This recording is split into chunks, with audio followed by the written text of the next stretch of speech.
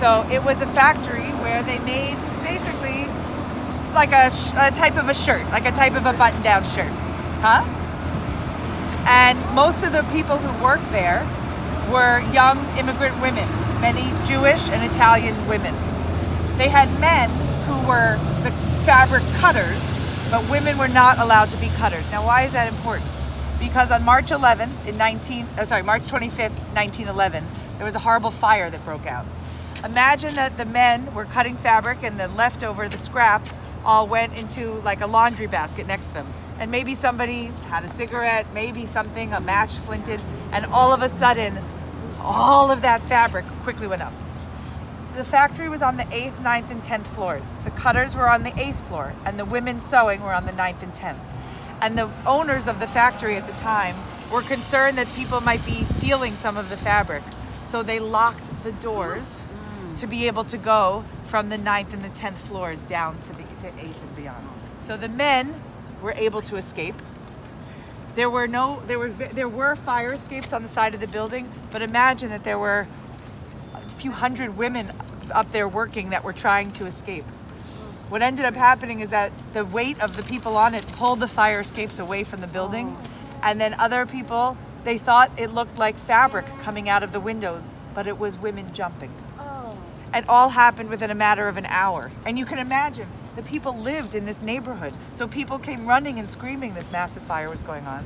It was a terrible tragedy, but from that tragedy came a tremendous amount of activism and change. That really was the deciding point, because there had already been labor unions that were trying to fight for the rights of people working in factories to have better working conditions, safer conditions, shorter hours.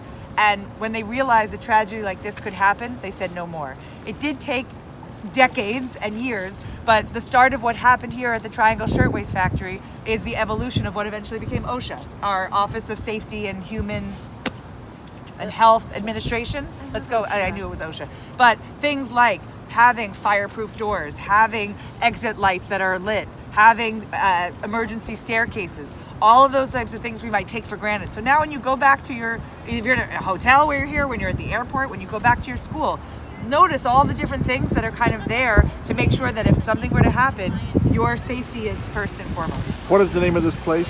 It's called the Triangle Shirtwaist Factory. So they had a group that wanted to make sure that what happened here was remembered, and they created a memorial to it. So this was they've been working on it for a while, and it just got finished last year. So you'll notice that piece of stainless steel kind of looks like a ribbon coming down. So that was meant to sort of evoke like the fabric, like that was coming down out of the windows.